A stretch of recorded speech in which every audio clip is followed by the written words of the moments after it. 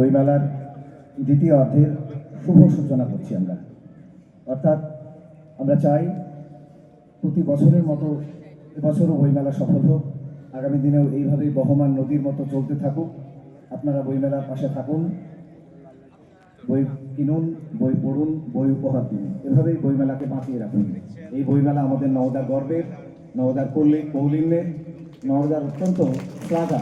সুতরাং এই হাততালি চারিদিকে ছড়িয়ে পড়ুক, মঞ্চের ভেতরে নয়, মঞ্চের বাইরে সমস্ত নওদায় এই হাততালি যেন ছড়িয়ে পড়ে রেশ, যার ফলে বইয়ের প্রতি আমাদের যে আবেগ, যে ভালোবাসা। সুভাষচন্দ্র বসুর জন্মদিবসে নওদায় শুরু হলো নওদা সুভাষ বইমেলা। শুক্রবার প্রদীপ প্রজ্বলন করে বইমেলার সূচনা করেন মুর্শিদাবাদ পুলিশ জেলার police super Kumar Sunny Raj. Nowda police প্রশাসনের উদ্যোগে এবং নওদা বইমেলা কমিটির পরিচালনায় এবার এই বইমেলা পঞ্চম বর্ষে। এদিন বইমেলার বিভিন্ন স্টল ও ছাত্রছাত্রীদের তৈরি বিজ্ঞান মডেল ঘুরে দেখেন জেলা পুলিশ সুপার। এক্সপোজার বলে যত আমরা এইরকম এইসব এক্সারসাইজগুলো এগুলো করবো, অত নতুন জেনারেশন ইম্পর্টেন্স বুঝবে কি বইয়ের কি ইম্পর্টেন্স আছে।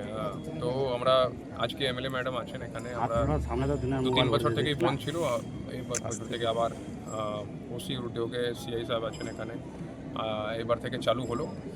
আশা করছি আমরা অনেক যে মেন 2-3টা পয়েন্ট ছিল স্পেশালি ইয়াং জেনারেশনের জন্য আমরা ওখানে স্পট থেকে আমি বলেছি। তো আশা করছি 7 দিন যে বইমেলা আছে সুন্দরভাবে চলবে, আর বইয়ের প্রতি যে জেনারেল পাবলিক যে স্টুডেন্টস আছেন একটু বেশি বই দিকে বেশি অ্যাট্রাক্ট হবে।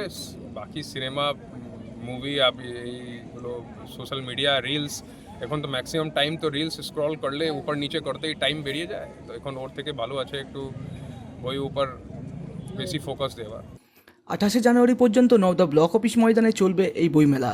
এদিন পুলিশ সুপার ছাড়াও অনুষ্ঠানে উপস্থিত ছিলেন নওদার বিধায়ক শাহিনা মমতাজ খান সহ প্রশাসনিক আধিকারিকেরা।